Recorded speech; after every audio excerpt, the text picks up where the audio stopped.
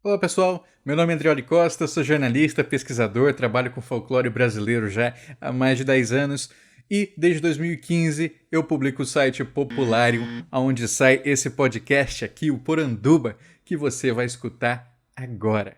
Esse episódio foi o nosso terceiro episódio gravado e foi no saguão de um hotel lá em São Paulo, onde eu pude receber o querido MM Isidoro. O Isidoro é um cara fenomenal. Nesse programa, primeiro ele conta suas experiências, trabalhando em sets de filmagem internacionais durante uma experiência na juventude, mas não fica só nisso. Porque quando o Isidoro vem para o Brasil, ele começa a meter a cara. E metendo a cara, ele se envolve com vários projetos incríveis.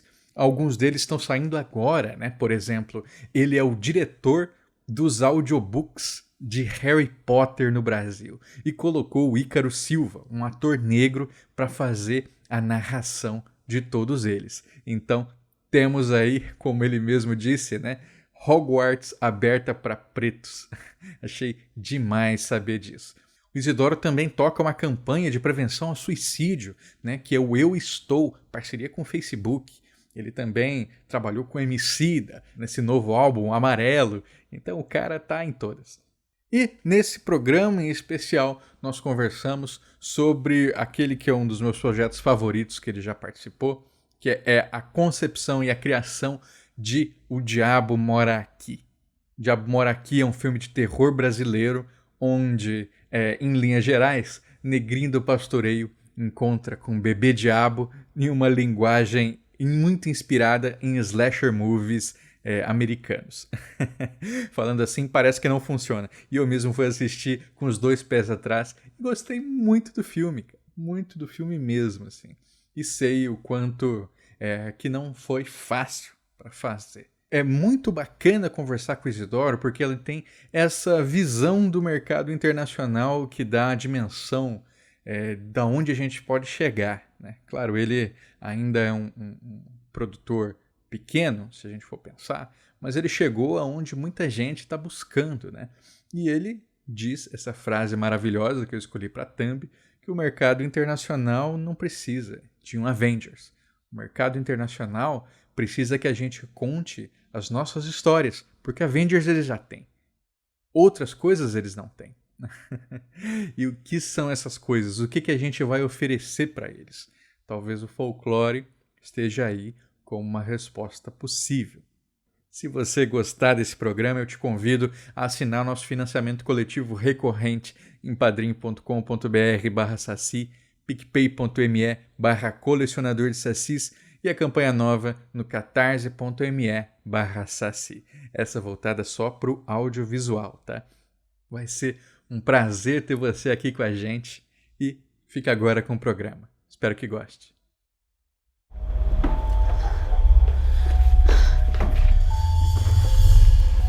Ale, o que foi?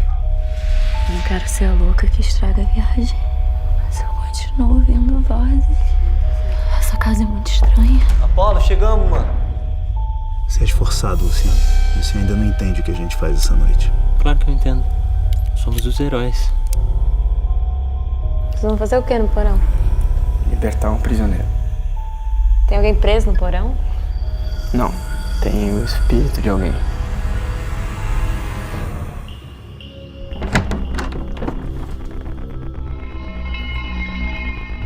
Ele é um bebê. A própria mãe condenou ele a uma eternidade de dor por uma coisa que nem foi culpa dele. Bom, hoje é a noite que a gente solta ele. Essa é a noite.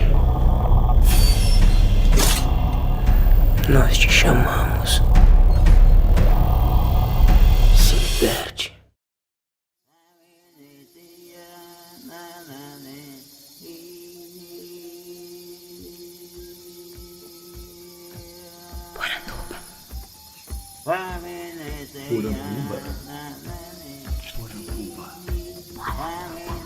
Poranduba.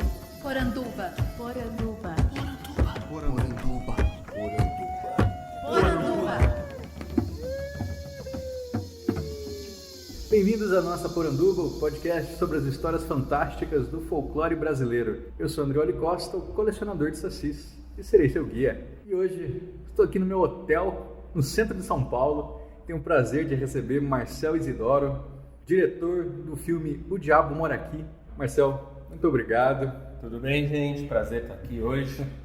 Queria então que você se apresentasse para o pessoal, falasse há quanto tempo que você trabalha com audiovisual e há quanto tempo que o folclore inspira a sua criação artística. Então, vocês foram me procurar aí, me stalkear. Eu assino MM Isidoro, porque eu viajo muito e o nome Marcel às vezes confunde mais do que ajuda. E eu trabalho há quase 20 anos já com cinema, com audiovisual, em todos os níveis. E o folclore, principalmente no meu trabalho específico, no meu trabalho pessoal, com muitas aspas, né? Porque é cinema, então o pessoal quer dizer que eu preciso de 50 pessoas para fazer alguma coisa. Tá desde sempre, assim. Eu sempre olhei para o Brasil, sempre olhei para nossa matéria-prima, eu diria, e via como eu viajei muito a vida inteira, assim. Eu viajava para Inglaterra, para os Estados Unidos, para o Japão, para a China, e via que o pessoal estava consumindo muito a cultura deles e retraduzindo quantos filmes do Deus Macaco tem na China, quantos filmes de dragão ou coisas tem na China e no Japão, mago e grifo e coisas nas culturas anglo-saxãs. E aí eu falei, mano, por que no Brasil a gente não faz nada disso, né? E aí desde o começo mesmo, quando eu comecei assim, eu comecei a criar ideias e mundos e variações de como traduzir e às vezes ressignificar alguma das lendas, dos folclores, para uma coisa mais moderna, uma linguagem mais moderna, um mundo paralelo, alguma coisa assim. Quando você começou a pensar essas coisas, no Brasil, que referência que tinha já de filmes que usavam folclore como inspiração? Então, no começo foi bem difícil, assim, começar a pesquisa mesmo, porque as referências quase sempre paravam no Monteiro Lobato. Eu dei muita sorte que meus pais trabalham com evento, e minha mãe, especificamente, trabalhava muito com evento cultural, então ela tinha chance de viajar com ela nas férias, ir para Manaus, ir para o Nordeste, para Goiânia. Tinha muito contador de história nos eventos que ela fazia, a galera do interior mesmo, contando a versão deles das histórias. Então, tem muitas das histórias que eu me apropriei que eu nunca li, assim. Eu ouvi de uma contadora de história no interior, sabe, que veio do interior de Goiás. Sim. Foi fazer, tipo, de um pescador, de alguém, de um cara que escreve poesia, de um ribeirinho em Manaus. E uma coisa que eu gosto muito de fazer no meu trabalho é não falar para as pessoas que eu estou falando de folclore. As pessoas sabem, mas eu nunca aponto, eu nunca falo, tipo, aqui é o negrinho do pastoreio, igual no filme de terror. Aqui essa menina é baseada na loira do banheiro. Se você souber, ou se você estiver interessado, a gente fala. Eu uso muito Harry Potter de exemplo, assim. Se você for ver, o Harry Potter é um grande compêndio da mitologia e do folclore em inglês, anglo-saxão, né? Tipo, todos os professores, os alunos, os monstros, as paradas, tem a ver com alguma lenda, alguma coisa ali, mas a J.K. Rowling tá contando a história do Harry Potter, não tá contando a história do folclore inglês. Sim. Isso aí só serve para alimentar aquele mundo mágico dele. E aí eu gosto muito disso, assim. Você deu referências aí da própria contação de histórias, né, das pessoas, da vivência, os livros ali do Lobato e do Cascudo. Mas e as referências audiovisuais? Então, teve alguma coisa? Ou foi, por exemplo, assim, um espetáculo também? Porque às vezes a gente pensa assim que referência para cinema é só outros filmes, né? Não, mas também, eu tava até dando um workshop esse fim de semana, e o que eu falei pra galera é exatamente isso, assim. Eu uso muito pouco cinema como referência das minhas coisas, assim. Às vezes é uma música, às vezes é um quadro, às vezes é um texto, porque é um mood que eu tenho que passar, né? E aí, o cinema, os caras, é muito pedacinho de coisas muito diferentes que eu tenho que juntar. Então, é uma música com uma cor, com uma entoação para você sentir aquela emoção na sua casa quando você está assistindo, no cinema quando está assistindo. Então, eu pessoalmente uso muito pouco cinema nas minhas referências. Quando eu tô com a minha equipe, assim, sento, a gente vai falar de referência, assim, a gente fica falando de quadro, brisando de texto, brisando de... Legal. Tipo, eu gosto, porque o filme a gente sabe fazer. Mas, tipo, se é o Tarantino, às vezes é uma coisa muito específica, assim, tipo, olha essa cena do Tarantino, como ele filmou. Sim. Eu pego muito referência de cineastas do passado.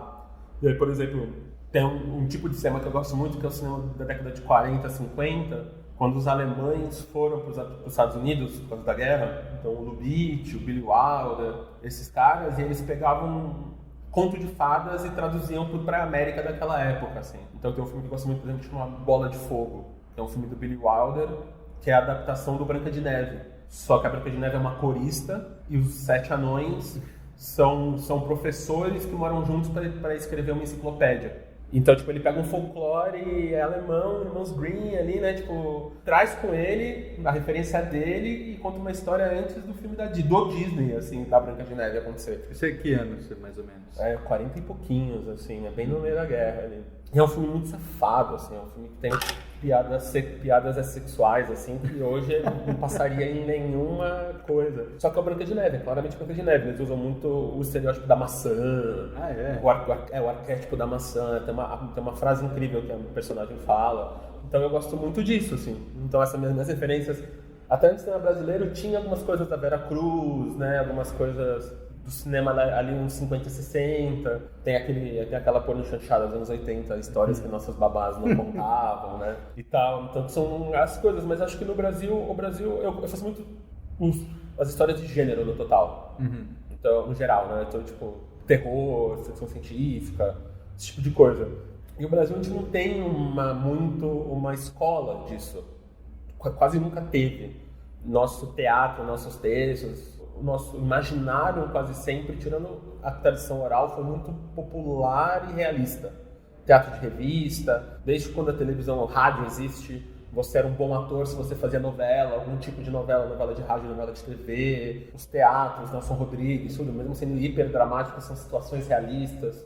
E o resto da América Latina inteira, em volta da gente, cresceu numa coisa, no realismo fantástico, né? Então, a Argentina caminhou nisso muito. Não, a Argentina, Colômbia, largos, Chile, né? Tipo, desde os poemas do Neruda, passando por todos os caras, assim, né?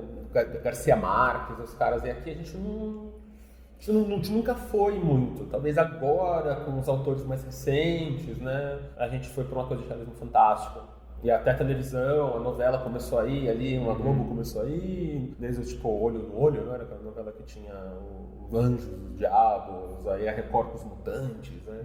Tipo, a gente começou aí porque a gente começou a ter acesso às coisas gringas e eles começaram a fazer igual. Então acho que o nosso folclore, a nossa coisa, a nossa história mesmo vai começar a ser usada agora. Você acabou de falar sobre fazer igual. É um movimento? Começa com fazendo igual para depois fazer a sua própria linguagem? Ou não precisa ser assim? Então, eu acho que depende da sua proposta, assim. Eu vou dizer o meu caso. O meu caso, principalmente quando eu fiz o Diabo Mora Aqui, que é o nosso filme de terror, demorou 10 anos entre eu ter a ideia, começar a produzir, até o momento que a gente acabou de filmar. Porque 2005 ou 2015? Por ali. Que a gente até a gente acabar de filmar e mais um ano para lançar, assim. Eu percebi que como filme de terror, para mim fazia mais sentido eu focar no Brasil, pelo conteúdo, mas só que também ter uma qualidade estética que funcionasse fora. Porque o filme de terror, aí já pensando em uma coisa mais mercadológica e tal, um filme de terror viaja bem. Então se eu fizesse um filme visualmente com cara de gringo, só com uma história nossa, seria tanto diferente pra gente. Então a gente aqui nunca tinha visto um filme de terror, fazia muito tempo que tinha visto um filme de terror muito bem trabalhado, bem dirigido, bem filmado, uma cara que poderia ser um filme que acontecesse no Mississippi, né? Um filme que acontecesse no interior de qualquer país grande. E lá fora o filme foi muito bem recebido porque era uma história e uma língua que ninguém tinha ouvido antes.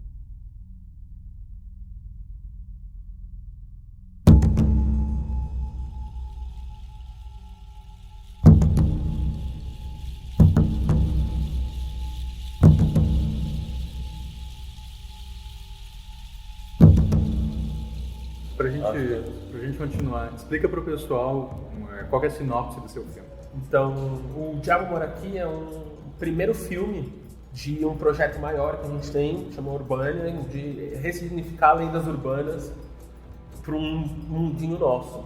E esse filme é a introdução desses personagens e a história de... É um filme de terror muito clássico, assim, adolescentes indo para uma fazenda para curtir um fim de semana. Eles querem beber, transar, curtir. E eles chegam no dia errado. Eles chegam no dia que está acontecendo um ritual nessa fazenda.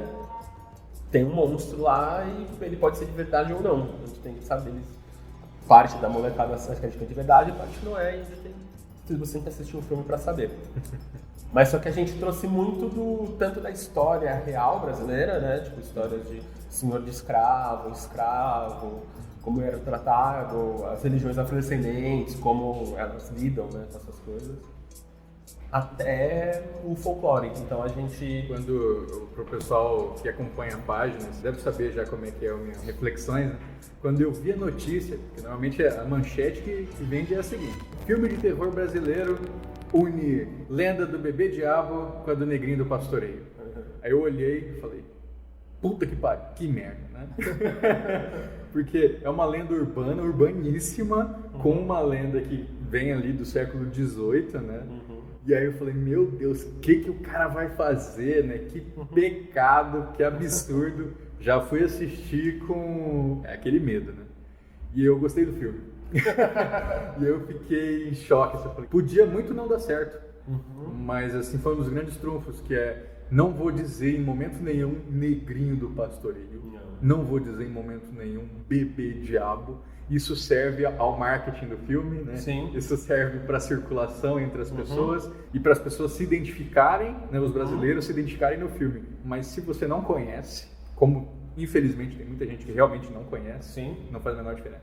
Não faz, porque a gente falou, o meu trabalho, eu gosto muito disso, de ressignificar essas lendas, porque eu acho que tem um trabalho fora da tela, que é o trabalho que você faz, o trabalho que um pai pode fazer, um professor pode fazer, um irmão mais velho pode fazer, que é isso, falar, nossa, então agora mesmo, essa semana mesmo, eu tava falando com um casal de amigos, e eles viram meu filme pela primeira vez. Ele falou que gostou também, não gostou do filme de terror, mas gostou do filme. Aí eu falei, poxa, eu não sabia que você ia gostar de um filme sobre o Negrinho do Pastoreio. Aí a namorada bateu nele e falou, falei que era o Negrinho do Pastoreio. Aí eu falei, você é do Sul? Aí eu não, mas minha família e eu cresci com meu pai contando a história do Negrinho e tal, na fazenda, de férias. Aí eu falei, porque tipo, dá pra perceber, eu realmente sei quem vê o filme é do Sul, porque alguém que reconhece de primeira, né, sabe a história. Quando você trabalhou com os atores, eles conheciam o Negrinho do Pastoreio, assim? Então, esse filme foi muito um laboratório pra mim disso, assim, desde quando eu comecei a captação de verba, assim, eu via que, tinha lendas muito mais famosas que as outras, assim, claramente a Loira do Banheiro é ao concurso, assim, todo mundo conhece, todo mundo tem uma versão da Loira do Banheiro. E, tipo, eu fazia reuniões longuíssimas, às vezes, com empresas que eu ia falar pra vender o projeto, e eles ficavam, tipo, 1h30, cada um contando a sua versão da Loira do Banheiro, acampamento, no Manaus era um, no Sul era outro, em Minas era outro. Aí todo mundo tinha sua versão, mas só que na hora de me dar o dinheiro, ninguém queria me dar, porque era filme de terror brasileiro. Filme de terror brasileiro é ruim, porque é ruim, e é ruim. Então, porque é gênero, porque é folclore. Folclore, junta tudo, fazer, né? Aí a marca não pode se misturar. E aí com a equipe foi a mesma coisa, com os atores foi a mesma coisa, porque a gente pegou muito ator que não era de São Paulo, ator do Rio, uma galera que veio do Sul, que tinha família, só veio para São Paulo, pro Rio para trabalhar. Então, uma galera que também não conhecia muito, então a gente teve... Então, esse foi um filme que, para ele dar certo, a gente teve que ficar muito tempo na preparação dele. Então, esse filme é muito perto de uma série de TV, assim, que eu fiz uma direção geral, aí eu escrevi uma primeira versão do roteiro, trouxe um roteirista, trouxe 2 diretores, uma dupla de diretor para dirigir o set, porque eu tinha que ficar tomando conta dessas coisas, assim, até onde eu posso empurrar o terror, até onde eu posso focar na história sem eu estar lá quebrando a cabeça todo dia, escrevendo. E eu tenho que levantar o dinheiro ao mesmo tempo, eu tenho que sentar com um fotógrafo e falar, esse é o mundo que a gente tem que fazer pro resto da série inteira. Essa menina aqui, é um spoiler para quem não viu o filme ainda, mas essa menina que sobrevive aqui, ela tem que ficar 3 filmes viva, porque ela é a Loira do Banheiro. Então o nome dela é Maria Augusta, não é à toa. Que é a lenda da Maria Augusta, acho que é de Itapecerica. Eu não conheço. Tem a lenda da Loira do Banheiro original, que é a lenda da uma menina que os pais venderam ela para um francês, acho, bem nova, porque estavam quebrados. E aí ela causava muito na França, e ela não queria estar casada, então ela virou uma menina, tipo isso no século XIX pro XX, no final do século XIX. E aí ela voltou, ela tinha 16 anos.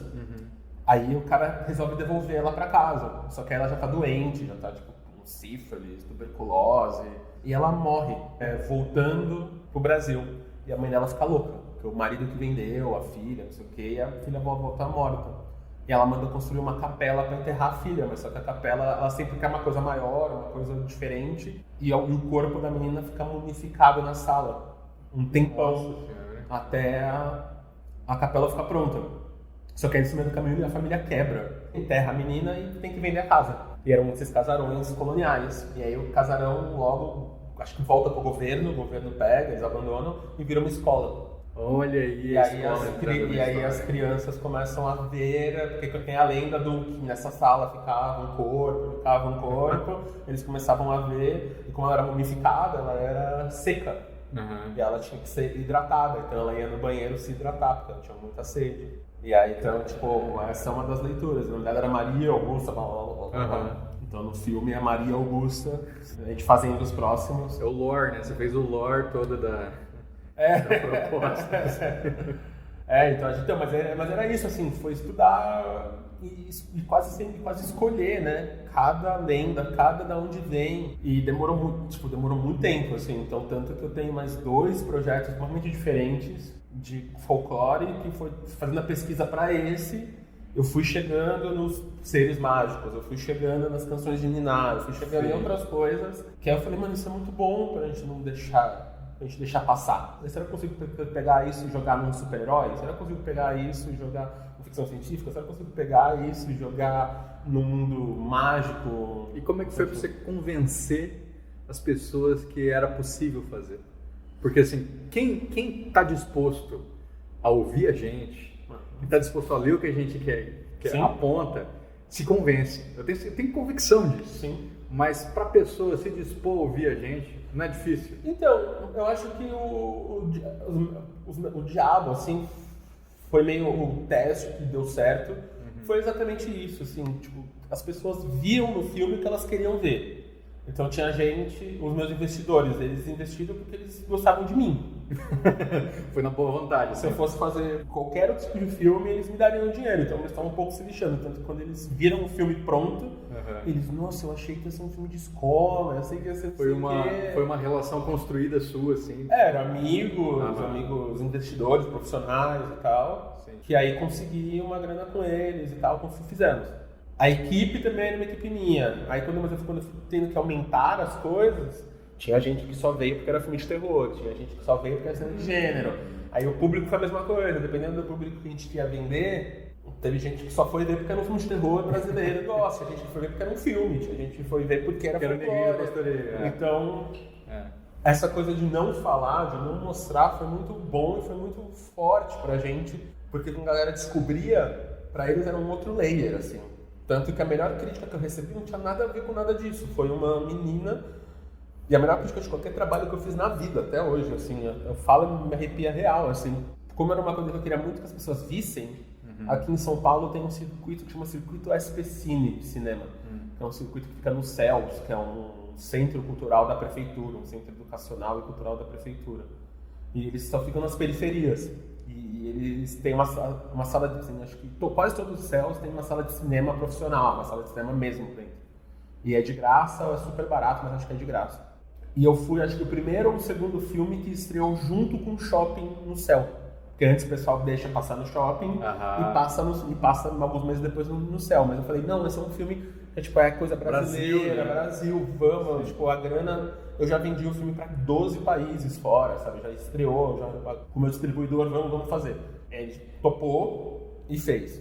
E aí no segundo fim de semana eu recebo um e-mail, assim, de uma menina de 13 anos, falando que a professora dela viu no shopping e viu que ia passar no céu que ela dá aula e resolveu levar a turma. E que ela queria me agradecer, porque foi a primeira vez que ela foi no cinema e viu um personagem que era igual ela, que não era bandido, empregado ou jogador de futebol. Que era a parte negra do rolê. E ela ficou inspirada... os Guardiões. E ela ficou inspirada porque ela nunca tinha visto alguém que parecia com ela numa tela de cinema que era o herói. Ah, que legal, hein? E aí eu falei, cara, é real importante, assim. Eu gosto muito de quebrar a expectativa, mas essa menina, assim, me abriu o olhar muito, assim. Tipo, cara, tem um trabalho muito foda pra ser feito ali. E acho que o folclore, as lendas podem basear, porque elas eram meio isso, né? Como é que a gente equaliza cores brasileiras com uma busca por um mercado internacional, que é o que vai fazer o filme também ter o seu reconhecimento, ter o seu lucro? Não, o mercado internacional é a parte mais fácil, por que pareça. Porque o mercado... A gente não precisa standardizar, assim, fazer um negócio padrãozão, assim, para poder chegar lá fora? Não, porque o mercado internacional, ele já tá fazendo, já tem o Avengers. Tipo, se fazer o Avengers do Saci não vai ser legal. Não vai, mas só que você tem... O que você vai adicionar para o Avengers do Saci e não ser o Avengers do Saci? O que é que o produtor de Hollywood vai ver e vai querer comprar os direitos para refilmar lá? O que é que o mercado chinês, que é o mercado grande, o mercado europeu, também pra gente é muito mais fácil de chegar, eles vão ver e vão falar, cara, isso é legal. Por que o Pantera Negra funcionou? Pantera Negra, sabe? Pode ter sido um game changer, né, cara? Porque o Pantera... Eu vou até falando, tipo, o poder desses conglomerados agora. Então, o poder de uma Disney e as brigas que a Disney está comprando é representatividade de tanto LGBT, racial e tal, como representatividade de história, narrativa, de folclore. Tipo, eu fui muito pra África já trabalhei muito com cultura africana, já dei muito workshop lá. E, tipo, várias vezes no Pantera Negra eu reconhecia coisas reais, assim, não era uma invencionice. Eram coisas, tipo, as coisas das máscaras, sabe, da autoimolação, das cores, dos deuses, o Pantera Negra, a galera do gorila. É o folclore deles. Tipo, e lá tem muito de uma discussão que aqui está tendo, principalmente pro norte, que é essa discussão da tecnologia com a natureza. Que o Wakanda tem muito, assim, tipo, eu tinha aluno que era a primeira geração que saiu da tribo e eles sabiam como a ciência funcionava, mas eles preferiam acreditar no folclore. Mas o deus da água transou com a deusa da terra e o filho deles é essa semente aqui que a gente come.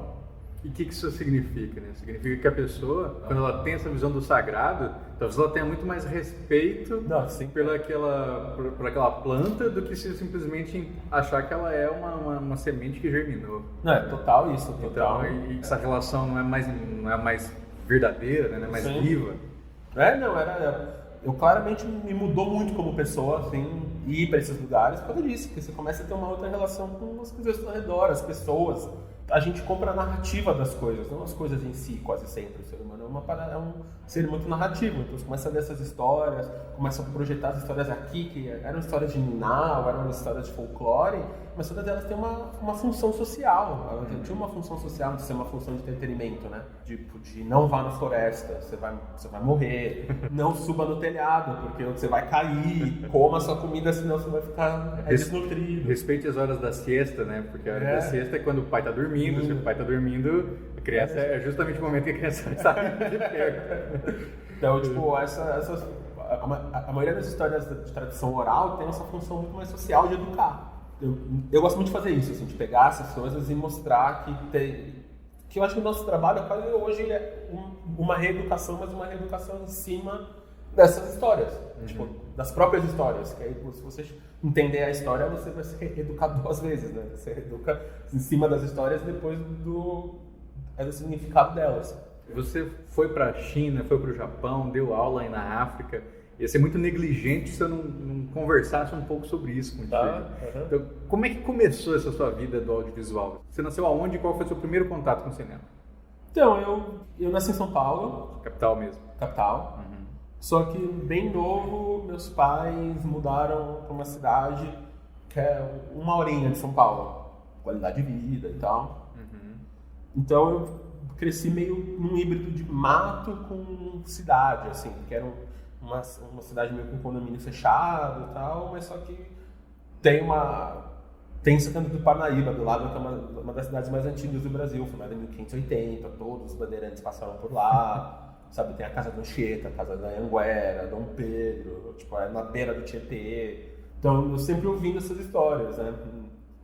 Em volta ali tem Osasco, tem Quitaúna, tem Carapicuíba que tem índio. Então a gente era muito ainda a civilização tinha chego, mas ainda não, nos anos 80 ali.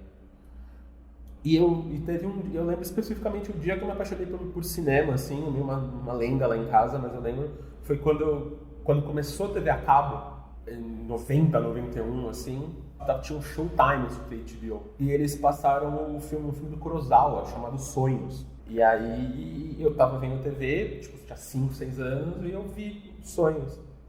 E eu fiquei sem dormir uns 3 meses, assim, tentando entender, tipo, quem eram aqueles soldados saindo do negócio, como é que as árvores viravam pessoas de kimono, porque todo mundo tinha olho puxado, o que era do Japão, porque tinha uma raposa. Ficava, tipo, eu fechava o olho, eu sonhava com aquilo, e entender. E aí eu fui viajar para algum lugar com minha mãe, acho que foi pra França, e tava tendo uma exposição dos storyboards do Kurosawa. No Kurosawa ele pintava os storyboards ele mesmo, em aquarela, e tinha muito storyboard dele que é o tamanho natural do cinema favorito dele. Então ele pintava, tipo, o frame mesmo que ele queria pra ver naquele cinema. Então, tipo, ele sabia que o personagem dele tinha que ter 15 centímetros de tamanho dentro daquele cinema, sabe? Então ele pintava mesmo, assim, umas aquarelas gigantes. Eu pequenininho, meus pais já trabalham com cultura e tal, me levaram e aí eu pirei de vez. E aí já comecei a filmar com câmerazinha e tal, até que com... Vocês já tinham, tipo, uma qualidade de vida, uma condição para ter acesso a essas tecnologias? Eu tinha um avô que ele era meio tarado por tecnologia, assim, então ele sempre, quando ele comprava uma câmerazinha nova, ele me dava a antiga pra mim, sabe? E aí eu sofri um acidente de carro muito pesado quando eu era criança, eu fiquei muito tempo em casa, vendo filme, né, lendo livro, não podia sair. E aí depois, com 12 para 13 anos, resolvi começar a filmar mesmo, assim, aí me embrenhei mesmo, tanto que meus pais até hoje não entendem muito o que eu faço, eu comecei muito cedo e eu falava, vou filmar, eles achavam que eu estava indo filmar com um amiguinho, sabe? Eu fazia teatro, aí alguém ia fazer um comercial e ia junto, comecei a conhecer gente, aí eu fui fazer, aí comecei já na área, ajudante mesmo, aí com 14... Você foi chegando. Fui chegando, na cara de pau. Quero participar, posso aí ajudar, fazer, então literalmente comecei de baixo, assim, tipo, varrendo, tirando cópia, fazendo várias coisas. Aí com 14 para 15 anos eu fui para um intercâmbio na Austrália, e era uma época que a Austrália estava com muita produção. Então era uma época que, principalmente a Fox e a Warner tinham estúdios lá, e tava tendo tipo Star Wars, Matrix, Moulin Rouge, Missão Impossível, tudo sendo filmado lá ao mesmo tempo, assim. E aí por várias cagadas da vida eu fui estagiar na Fox e fiquei 1 ano estagiando na Fox Studios lá, no meio desses filmes. Então, tipo, tinha dia que eu tava construindo o robô com Matrix, tinha dia que eu tava, sabe, batendo papo com o Ian McGregor, que tava finalizando o Moulin Rouge, pronto pra fazer essa filmagem do episódio 2 de Star Wars, assim. Isso aí você já tava, tipo, 17 anos? Não, 14 pra 15, assim. 14 pra 15. Aí eu fiz muito amigo ali, porque tinha gente no mundo inteiro, né, fazendo esses filmes grandes. E vários filmes... E nessa época você era o quê? Você fazia o quê lá? Então, tudo. Quase sempre os trabalhos braçais, assim. Então, sei lá, tem cena de Tatooine do Star Wars que eu fiquei jogando areia no chão. Ajudei a entalhar um sabre de luz em algum momento. O Matrix também, tipo, eram umas coisas... A Matrix eu tinha que ficar tirando cópia e ficando entregando pros atores. Se tivesse Facebook nessa época, né? Seus álbuns iam ser fantásticos. E aí tinha umas coisas que eu não podia nem tirar foto, porque era super protegido e tal. Mas eu fiz muitos amigos, eu voltei pro Brasil meio com conhecimento um pouco melhor, né, de cinema e tal, comecei a filmar, e aí com 16 para 17 eu comecei a fazer uns curtas, depois começaram a entrar para festival gringo. E aí, para pagar muitas das viagens, eu mandava e-mail para esses meus amigos lá fora, eu falava, tô indo pra Alemanha, não tenho coisa pra fazer aí, posso ficar com você? Tô fazendo um comercialzinho, um filminho, alguma coisa. Muita gente brinca comigo, né, e fala, Andreoli é amigo do Guilherme Del Toro, porque o Del Toro retweetou meu post lá. O verdadeiro amigo do Del Toro é Marcel Isidoro, que trabalhou com ele. Foi no Labirinto, cara? Foi no Labirinto do Fauno, né? No Labirinto do Fauno, mano. Ele me ensinou a fazer cinema, essas são as palavras dele. Eu não acho que ele está errado. Você sente que tem influência realmente no trabalho? Não, total, porque era isso que eu falei, tipo, trabalhar com um cara desses, ficar todo dia indo e voltando pro set, ficar tipo, quase 2 horas por dia, só eu e ele no carro, foi tipo workshop atrás de workshop, palestra atrás de palestra. E a última coisa que ele falava comigo era de cinema, ele falava de folclore, falava de lenda, me dava livro de sociologia, Frasier, The Golden Bowl, uma coisa assim, então a base do estudo do Campbell, que o Campbell criou a teoria do herói de 1000 faces, né? E aí você começa a ver a obra dele, depois que você lê, você começa a ver que tudo tá ali, assim, e é ter esses subsídios para eu, que sou contador de histórias, conseguir pegar as pessoas, mas falar o que eu falo, o que eu quero falar. Então, o Fauno é uma história, ele nem é espanhol, né, mas é uma história muito específica sobre aquele momento da história, da Espanha, da ditadura franquista e tal. Só que é um filme que é universal. Então ali ele mostra que o pior monstro é o ser humano, não é nenhum dos monstros que ele mostrou no filme até ali. Né? Então pra mim o trabalho desse cara é sempre esse, é pegar os arquétipos para contar histórias humanas, não importa onde. Isso muito que me inspirou quando eu voltei pra cá, assim, falei, o que eu posso fazer? Então o Diabo mesmo é um filme que ele não tem heróis. O ponto de vista tem 3 pontos de vista no filme. Porque literalmente, cada pessoa que eu falo se identifica com um ponto de vista diferente. Tem gente que é mais nazistinha, se interessa, assim, não vou dar spoiler pra quem não viu, mas vai para um grupo de pessoas ali. Tem uma galera que é mais libertária, vai para o outro. Uma galera que quer ver o circo pegar fogo, que vai para o outro. E tá todo mundo, acho que tá certo. Então é essa discussão, assim, que eu levo muito dele, assim, essa coisa de ambiguidade, de sempre ter a dor junto com o amor, sempre ter o triste com o bonito, ou de ser uma tristeza bonita, né? Tipo, tudo dele é drama, mas é muito bem filmado, né? Então é isso que eu falo pra galera, assim, quer contar, conta, mas tenta ser o mais universal possível. Conta sobre uma coisa super realidade da sua vila, que o mundo inteiro vai ouvir.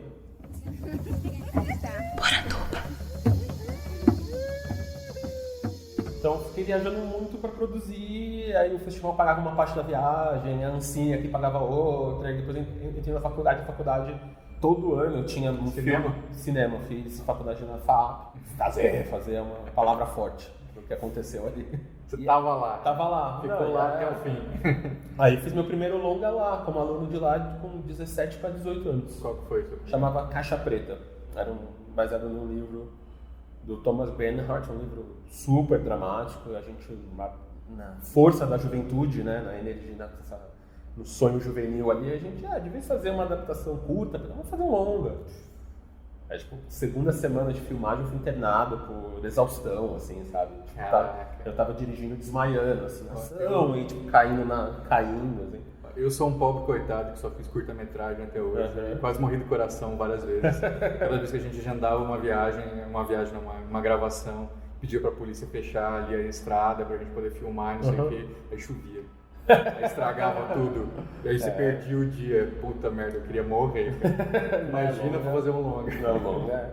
É por isso que meus filmes eu tento filmar super rápido, Eu piro muito na pré-produção das coisas, assim, tipo, o Diabo a gente ficou 8 meses em pré-produção. Mas o Diabo você não dirigiu, você foi Então, eu ia dirigir, aí eu fiz uma direção geral por causa disso, porque como é um projeto que tem muita frente, tem 3, 4, 5 filmes, e depois tem 3, 4, 5 filmes, a gente quer fazer livro, a gente quer fazer talvez uma série de TV, é uma coisa que é muito ampla. Falei, eu preciso ficar garantindo que isso existe. Se eu ficar falando ação e corta, prestando atenção na atuação, ou coisas aqui dentro, tipo, essas coisas na hora do set menores, eu não vou poder falar, não, claro, esse personagem não faria isso, não pode fazer isso, a gente tem que ir pra tal lugar, tem que ser assim, ou a gente tem que fazer esse casting, porque essa é a atriz que eu vou ficar. Não necessariamente é a melhor atriz para esse papel agora, mas é a melhor atriz para os próximos 3 filmes. Ou o melhor ator para as próximas coisas. Então eu tinha que ter uma visão muito mais ampla do projeto. E aí chegou uma hora, quando eu estava começando a ter a grana, começando a entrar a grana, que eu falei, não, deixa eu chamar alguém que somente manja de filme de terror. Foi duas pessoas que dirigiram. Foram, o Dante Vessa e o Rodrigo Gasparini, que eles vinham de curtas de terror e tal. E aí eu trouxe o Rafael Balil, que escrevia com eles, para escrever comigo, e aí chegou uma hora que ele estava muito mais na pegada, porque eles tinham acabado essa faculdade, tinham mais tempo livre, a locação que a gente filmou era a casa de uma fazenda de um amigo nosso, então eles podiam ir para essa fazenda, e eu estava já trabalhando, estava com a produtora, estava coisa. Então eu falei, vai tocando vocês e eu vou ficando aqui na retaguarda, no grande farol desse projeto.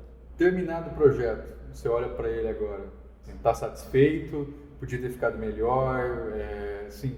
Então, é um filme que eu olho assim e falo, cara, esse filme não tinha o direito de ser tão bom.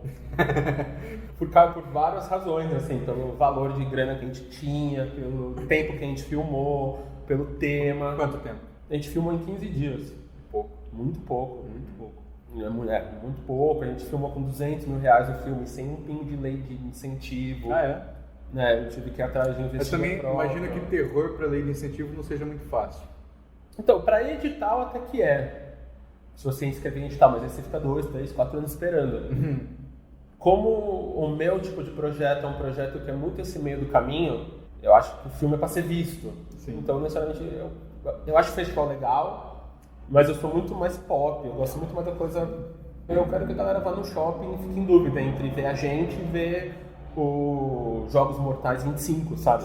Então, pra fazer isso, eu tenho que fazer um tipo de cinema que é mais pop, um tipo de cinema que é mais outro caminho. E aí, eu preciso fazer coisas rápidas. Então, eu criei um sistema de bancar minhas produções, que é meio estranho, mas funciona. Estou fazendo um filme por ano, mais ou menos, assim. Às vezes eu falo pro pessoal bastante do Diabo, mas agora ele não tá mais no YouTube Movies, né? O YouTube Movies acho que morreu, sei lá o que aconteceu. Ele tá bem enxugado, mas ele tá no Now, no iTunes, no Google Play. Então dá pra assistir. Tá no Telecine ainda, acho. Ele passou no Telecine e no Canal Brasil de vez em quando. Se não quiser pagar. E se quiser piratear também, manda bala. E tipo, Netflix? Qual é que é da Netflix? Então, a Netflix, o modelo dela hoje, eu acho que eles têm um modelo pra fazer, alguma coisa do tipo. Só que entre a gente lançar o Diabo e eles resolverem o modelo novo deles, a gente tava muito no limbo. Então o modelo deles é ou tem um filme que ficou famoso no festival, ou um filme com um diretor grande, ou algo que é 100% nosso, deles, né? Pra eles explorarem com as coisas e tal. Então, aí só fica o lá, fato... original Netflix, porque eles que estão distribuindo, tipo assim. O original Netflix, ele pode ser tanto alguma coisa que, por exemplo, as séries da AMC, que eles lançam no resto do mundo. Então, a AMC lança o Better Call Saul nos Estados Unidos, eles bancam e fazem, e a Netflix compra os direitos mundiais do Better Call Saul para a plataforma. Então, é o original Netflix fora dos Estados Unidos. Sim. Nos Estados Unidos, ele vai para o Hulu ou vai para alguma coisa da AMC. E aí, no resto do mundo inteiro é assim. Então, tem alguns modelos de ser um original Netflix. Óbvio que no Brasil a gente está acostumado com incentivo, não tem gente que vai lá e põe a grana para se produzir. É muito raro, muito difícil. Então, quase sempre a Netflix aqui entra com a produção. E aí, eles primeiro focaram, foi muito bom, no 3%, Sim. na ficção científica e tal. Agora eles estão vendo coisas mais populares. Então, seja o mecanismo, fala tipo a política acontecendo, quanto Samantha, que vai ser uma série sobre uma atriz que é casada com um jogador de futebol, quer voltar pra fama. Aí vão vir agora com uma série sobre música da Bossa Nova, então também tem umas coisas um pouco mais populares, porque o modelo Netflix não é ser tão bom, necessariamente. É você... Foi essa época, né? Cara, não, o modelo deles é ter muita coisa pra você sempre esperar algo bom. Então, para você continuar pagando a mensalidade, porque você não está pagando pela unidade, você está pagando pelo bolo. Sim.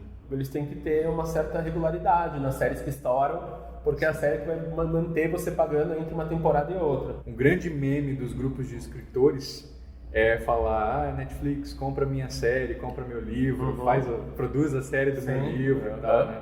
Então, a Netflix tem um plano bem agressivo pro Brasil, assim, daqui umas 2 semanas, agora em maio, eles vão ter um summit aqui em São Paulo. Vou chamar todos os produtores, eu vou estar lá o dia inteiro, assim, das 9 da manhã às 6 da tarde. Porque no final do ano passado, o diretor de conteúdo da Netflix, ele veio pro Brasil e falou, cara, eu quero fazer 20 projetos por ano no Brasil. Caraca. Eu só tô conseguindo fazer 4, 5. Como é que eu tinha essa impressão, porque parece que, né, assim, quando a gente pensa nesses mercados emergentes, né, que sai pouquíssima coisa. A gente ouve falar de uma série mexicana, daqui a pouco a gente ouve falar de não sei o quê, né? Agora então, mas tem duas coisas, é o que você ouve falar e o que realmente sai. Verdade. Então eu falo muito, tipo, eu uso muito o cinema brasileiro como exemplo. A gente produz 120 filmes por ano, de média, há uns bons anos. E a gente lança o mesmo número, entre 100 e 120, não necessariamente filmes do mesmo ano, né? Os filmes dos anos passados. Quantos filmes brasileiros você ouve falar? Claro. Sendo que lança mais uma média de 2 a 3 por semana. Então, quantos você está ouvindo, quanto você está na mídia, está saindo? É uma discussão muito forte que a gente tem entre, tipo, por que a gente está fazendo? A gente já resolveu a treta do fazer. Tipo, meus amigos são técnicos, eles não falta trabalho nunca. Sempre tem uma série, sempre tem um filme, sempre tem um comercial. Não falta. E o assistir, né? Então como é que eu vou fazer a galera saber que existe? Como é que eu vou fazer a galera chegar lá? Então a Netflix tem isso, em todos os países já tá produzindo um monte, mas qualquer série a série espanhola que saiu, a Casa de Papel, foi a primeira série espanhola, mas se você for no catálogo, já tem muita coisa espanhola, tem muita coisa europeia. Normalmente quando você vê as séries que saem, são séries quase sempre de gênero, de violência, porradaria, porque o amor é muito relativo, ou comédia é muito relativo, mas ficção científica, desenho animado, essas coisas é mais universal, né? Tipo, você pega um tema mais abrangente que está no mundo paralelo. Olha só, já que a gente está falando de série, saiu até lá no nosso site, né? Essas novas séries da Record, Lendas Urbanas, ela não está sendo feita pela Record, né? Ela está sendo feita por uma produtora terceirizada, né? Que apresentou esse projeto para um grande canal e o canal comprou a ideia. Sim. Né? Isso, como é que você enxerga isso? Não é um movimento positivo, né? Esse grande canal ter aceito? E quais são as contingências também, né? Porque lá no blog tem muito leitor que está duvidando que a Record vai abraçar Lendas Urbanas como um tema possível, né, para uma série. Então, a galera começou a ver que comercialmente fazer cinema de gênero é o que mais vale a pena. É Walking Dead, é Game of Thrones, Supernatural aí na 14ª temporada. Então qual filme que está estourando? É filme de terror, é Vingadores, né? Então, o cinema de gênero, quando você fala em cinema de sucesso, quase sempre é cinema de gênero. É muito raro você ter outro gênero estourando alguma coisa assim. Só um parênteses de chegar na Record, no Brasil, a gente tem um problema que quase tudo que é de gênero acaba virando religioso. Então, você pega aquele filme Nosso Lar. Em qualquer outro mercado do mundo, seria um filme de ficção científica. Sim. Aqui é um filme espírita. Seria um Stargate. Em qualquer outro mercado não cristão igual ao Brasil. Então, a Record, pra mim, é muito curioso por causa disso. Sim, é um lugar que tem muitas das suas premissas baseadas em religião e vai trabalhar com o sobrenatural, que não é nada muito diferente do que eles já faziam com as novelas bíblicas. Só que tem um problema que, tipo, várias das lendas que eles estão trabalhando, principalmente lendas urbanas, são lendas do sobrenatural que eles não abraçam 100%. Então, você não pode falar de fantasma. Não pode existir fantasma porque não existe, tipo, a possessão é do diabo, é outra coisa, sabe? Então, tipo, uma loira do banheiro, negócio, como é que eles vão assumir isso? A loira do banheiro não pode ser um fantasma de uma menina, que assim, várias versões possíveis, né? Mas uma delas, uma menina que foi estuprada no banheiro da escola, deixada morta ali, aí ela fica ali presa naquele corpo físico. Então talvez é uma outra coisa, talvez um zumbi, sei. Mas, assim, confiante porque eles pegaram um time bem legal, assim, desde o Fernando Coimbra, que é o diretor-geral do projeto, dirigiu Narcos, dirigiu já série do Netflix, o filme do Netflix lá da Guerra do Iraque, Castelo de Areia, uma coisa assim. A Juliana Rojas, que tem já um cinema de gênero aí forte, o Trabalha Cansa, o Boas Maneiras, que foi o filme mais... esse é um grande exemplo também, o filme da Juliana é o filme mais premiado brasileiro do ano passado. É o filme de lobisomem. Então... Sabe de mais alguém que está envolvido aí já na direção? Porque a Juliana foi do primeiro episódio, né? Acho que ela tem 2 episódios. Juliana, Fernando, agora de cabeça não tô lembrando dos outros, mas eu sei que é uma galerinha do movimento mesmo, assim. Jovem, né? Jovem, porque até a Juliana escreveu o Supermax lá na Globo. Legal. Então eles estão nesse rolê. Então, assim, tô confiante por causa disso. Eu sei que tem uma grana, eu sei que também demorou, eu não sei por que demorou, porque eles me anunciaram junto quando a gente estava para lançar o Diabo, então eles anunciaram uns 3, 4 anos atrás. Em 2016 estava saindo notícia de que ia ter, e cadê? E aí eles começaram a filmar agora no 2017. E tem a atriz desistindo ainda, compartilhei esses dias lá, a atriz desistiu agora porque as notícias estavam saindo. Ex-Global vai fazer série de lenda urbana na Record, ela ficou puta porque não queria ser vinculada ao nome Record depois de sair da Globo, e aí ela desistiu de ser atriz do episódio da Loira do Banheiro, Fernanda Vasconcelos. Vai ser complicado, mas vamos ver o que sai. Mas eu tô bem confiante por causa disso, assim, cada vez que eu falo as pessoas estão entendendo que, tipo, é muito mais fácil, se você ainda mais quer se internacionalizar, se você quer chegar, se você quer um produto para chegar na MIP, com qualquer feira internacional e vender. É muito mais fácil você falar isso é um Walking Dead brasileiro do que você falar isso é uma telenovela que é uma, sabe, como zumbis, é uma parada.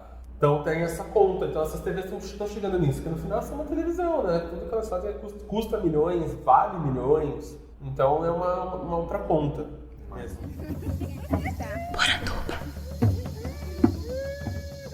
Agora a gente encerrar então, cara, queria que você contasse desse projeto seu de juntar histórias de Niná com literatura.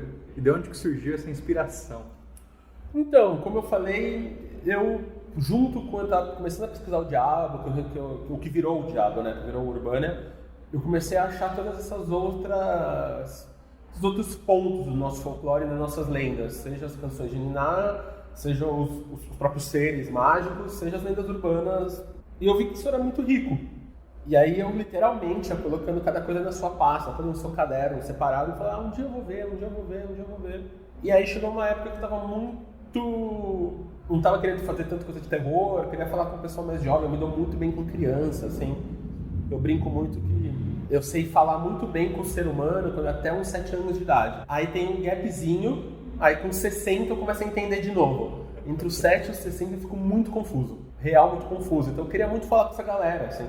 E aí eu comecei a falar, cara, acho que aqui tem alguma coisa, E aí eu comecei a pensar no reino mágico, comecei a pensar se o Brasil continuasse sendo uma colônia ou um reino, o que aconteceria, como ele evoluía, e aí eu ouvi a versão original do Cravo e a Rosa.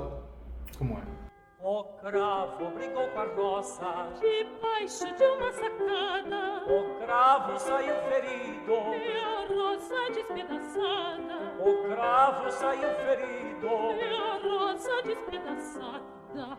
O cravo ficou doente. A rosa foi visitar. O cravo teve um desmaio. E a rosa pôs-se a chorar.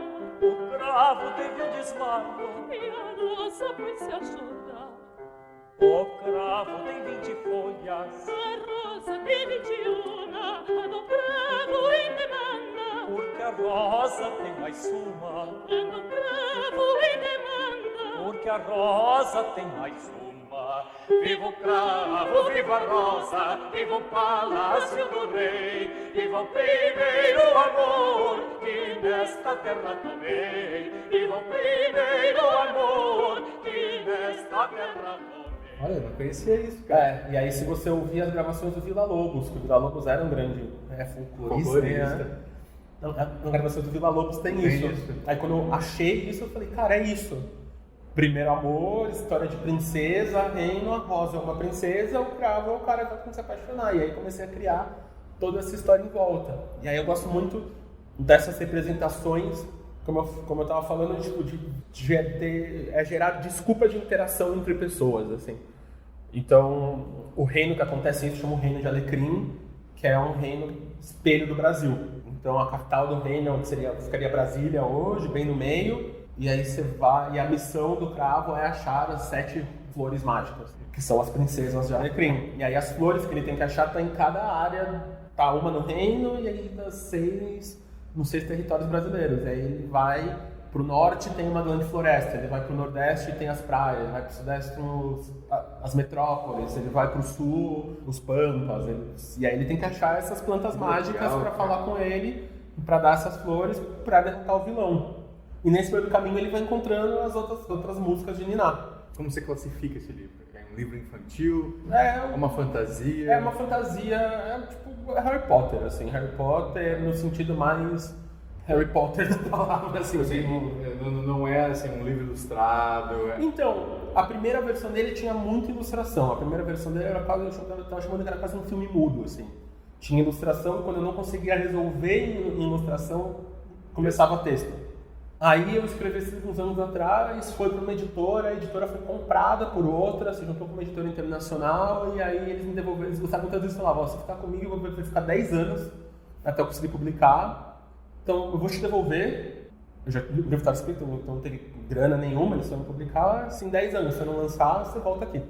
Mas nesse meio do caminho muitas pessoas leram, muitas pessoas gostaram, então a gente agora o projeto foi crescendo, já tem conversa de virar animação, tem conversa de virar uma série de livros. Aí eu escrevi uns livrozinhos bem de criança, como quase canções de Niná inspiradas. Então, por exemplo, tem um livro que eu gosto muito, que é quando eu contei essa história para um amigo meu, ele contou da irmã dele. Que a irmã dele, toda vez que ela ouvia as cirandas cirandinha, ela chorava. Porque quando ela ouvia a frase, o amor que tu me tinhas era pouco e se acabou, ela ouvia o amor de tu me tinha, um japonesinho, o pequeno Tumita.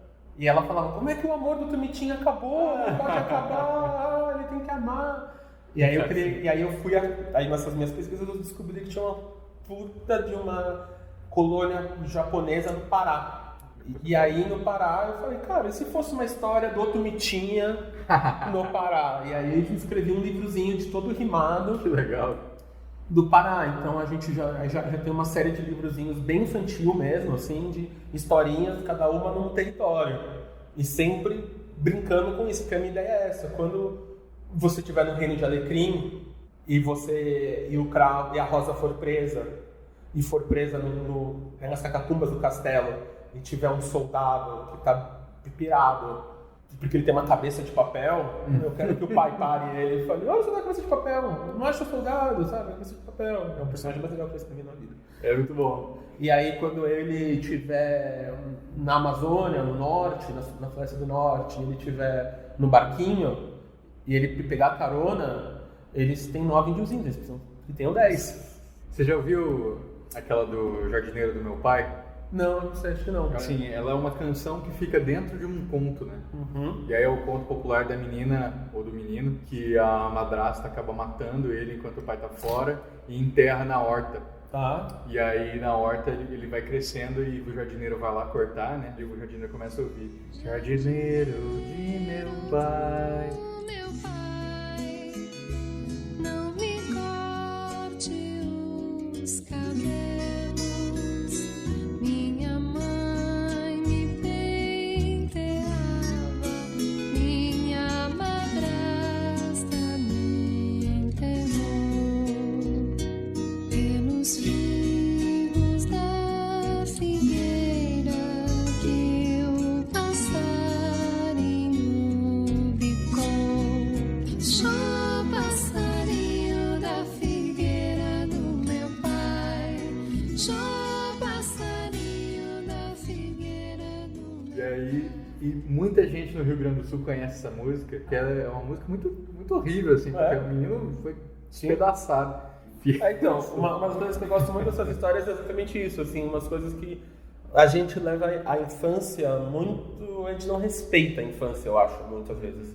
A gente acha que criança é imbecil, que Tem que ser criança é boba, protegida, tem que ser né? protegida, e isso é muito novo. Isso, tipo, na Revolução Industrial, as crianças estavam no meio jogando carvão nas fornaças, sabe? Tipo, ser criança e adolescente é coisa do pós-guerra, é coisa da década de 40 pra cá. No final da década de 40 pra cá. Então, o negócio que eu levo muito, uma das coisas que me atrai muito em criança é isso, assim, é respeitar o que ela tá falando. E aí, sabe, então essa música, essas histórias, essas coisas são coisas que eu falo, cara, as crianças têm que ouvir isso, você tem que saber de morte, elas têm que saber de separação, elas têm que saber de dores, elas têm que estar preparadas para isso. Isso é tão importante. Existe a maldade no mundo, né, cara? Porque tipo, existe mesmo. E elas você tem que estar saber. E essas lendas, esses folclores, essas coisas, é muito parte disso.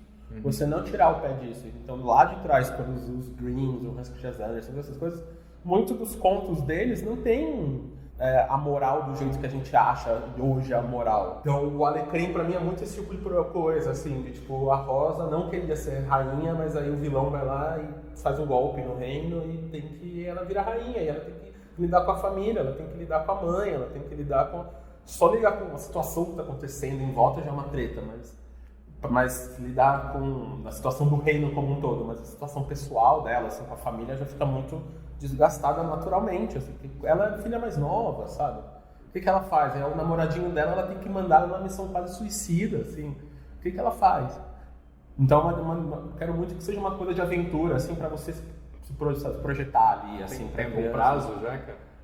Então, o livro existe, eu estou exatamente nesse momento agora, assim, agora que acabou o Diabo, eu entreguei meu último filme e tal, eu estou tentando entender o que vai ser dos meus próximos, porque em audiovisual você pensa em anos, né? Sim. O que vai ser dos meus próximos anos, será que eu quero continuar o Diabo, será que o meu último filme estreou faz 2 semanas, eu estou literalmente nessa pegada de descobrir. E o Alecrim é algo que está voltando muito, assim, para mim, está voltando muito nisso. Eu acho que é uma história que pode ser contada, tem que ser contada.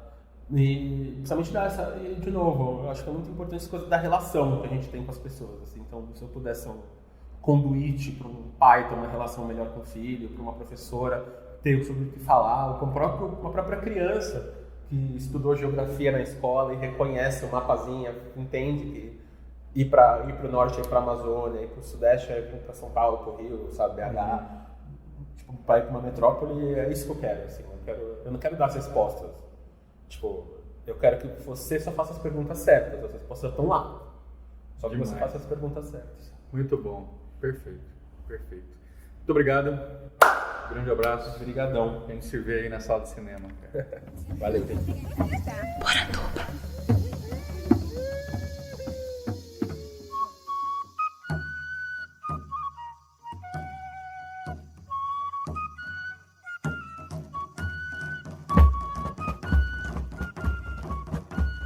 Gostou do programa? Não deixe de acessar o post do podcast. Lá você encontra o link para tudo aquilo que discutimos por aqui, inclusive para os filmes do Isidoro. Quer dar uma força para a gente continuar esse projeto? Assine nosso PicPay ou Padrim. Você poderá entrar para o grupo secreto, fazer parte das gravações, indicar textos para leitura e, mais do que isso, vai nos ajudar a manter Poranduba, essa 1 hora de folclore para encantar a sua semana. Você também ajuda bastante compartilhando o programa e o indicando aos seus amigos. Venha conosco, vamos tirar o folclore da garrafa. Esse podcast foi produzido por mim, Andrioli Costa, o colecionador de sacis. Acesse colecionadordesacis.com.br. Um abraço e até a próxima!